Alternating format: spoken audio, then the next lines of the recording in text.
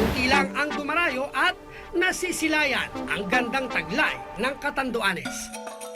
Dahil dito nananatiling unexplored ang maraming lugar sa kanilang isla at ang ilan sa mga ito ating dadayuhin. Ang una nating pupuntahan mga ka-wonder, ang Palumbanes Group of Islands na nasa bayan ng Caramoran. Matapos ang 45 minutong sakay ng bangka, narating din namin ang isa sa mga isla ng Palumbanes. Ang Tignog Island. Dito matatagpuan ang Tignog Beach na tila ginintuan ang buhangin. Ayon sa aming guide, ang Ka-Wonder Team ang isa sa unang nakatapak dito na hindi taga sa kanila. Bakit ito tinawag na Tignog? Tignog po sir, bali mas kilala po siya ang tawaging Virgin Island. Yung Tignog Virgin? Virgin, apo. Tignog Virgin Island. Hindi pa po totally developed at hindi pa po napupuntahan ng maraming tao. Sina Jelay, Jay at Len agad na ginawa ang kani-kanilang mga misyon.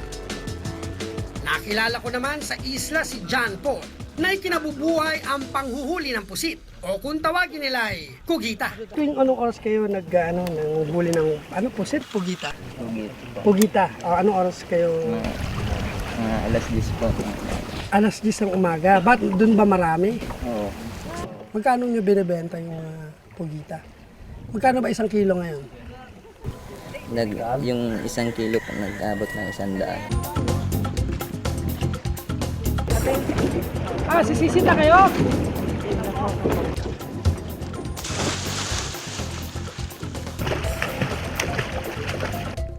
Sa pagsama ko kay John Paul, nalaman kong hindi pala madali ang paraan nila ng panghuhuli ng kugita.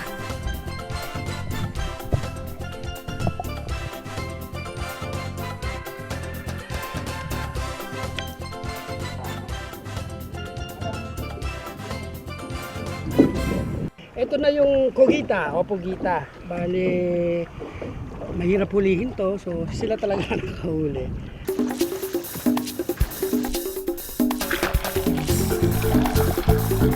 Matapos ang nakakapagod na panghuhuli ng kugita sa Tignog Island. Sunod naman naming pinuntahan ang isa pang pinagmamalaki ng Palumbanes, ang Bitaog Beach. Ang bumungad sa amin ang tubig dito na naghahalong asul at berde ang kulay. Puting-puti naman at pinong-pino ang malapulbos nitong buhangin.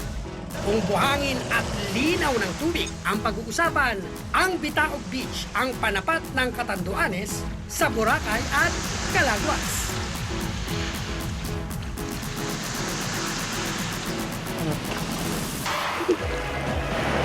Pansin-pansin yung pino ng buhangin, sarap apakan. Ganito yung pino ng buhangin sa 2 kilometer stretch ng shoreline. Ako para sa akin, maihahampin ko sa Calaguas, sa Camarines. Ganda oh. Subukan ko lang yung tubig. Sarap magbuhangin.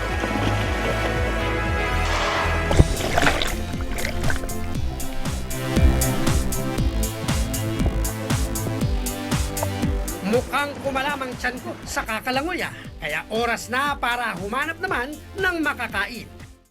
At ano pa nga ba ang masarap na lantakan, kundi ang hinuli naming kugita.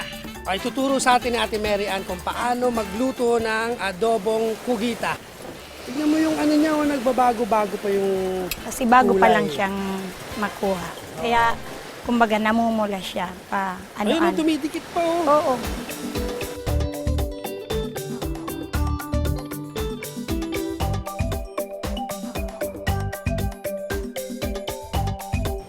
Tapos, pakukuluin po siya ng mga 30 to 40 minutes.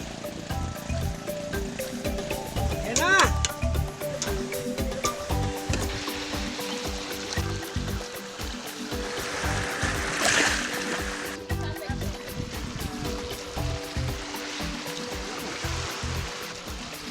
Masarap.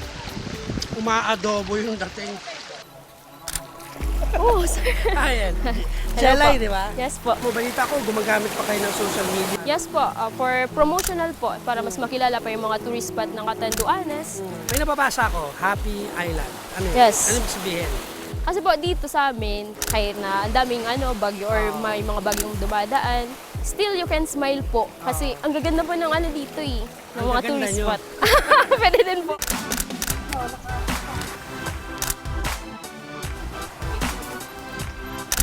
Cesar, post kung post ha. Bago tuluyang umalis sa Bitaog Beach, tinikman naman ng grupo ang ipinagmamalaking merienda ng mga taga Catanduanes, ang tilmok at latik. Ito yung Pinoy na pagkain.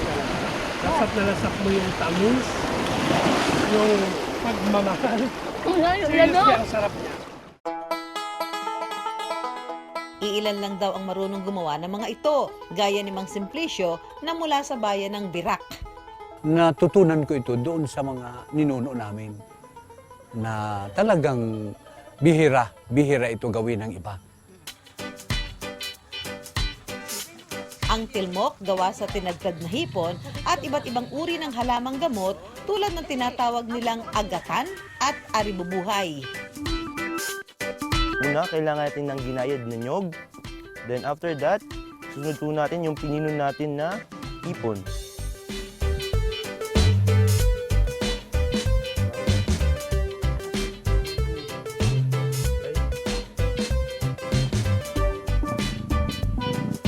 Saka ito ibabalot sa dahon ng hagikhik Patay ng konti. na isang halaman na nakukuha lang daw sa bundok ng Catanduanes. Ang latik naman na paboritong ihanda ng mga Katandunganon sa kanilang mga kapistahan, isang uri ng suman na hinahaluan ng katas ng malunggay. Nilalagyan ito ng sarsa na kung tawagin nila'y banyar. Salitang Espanyol ito na nangangahulugang paliguan. Para raw kasi mas masarap ang pagkain ng latik, pinaliliguan ito ng banyar. Pinaghalo-halong gata, tubig at asukal.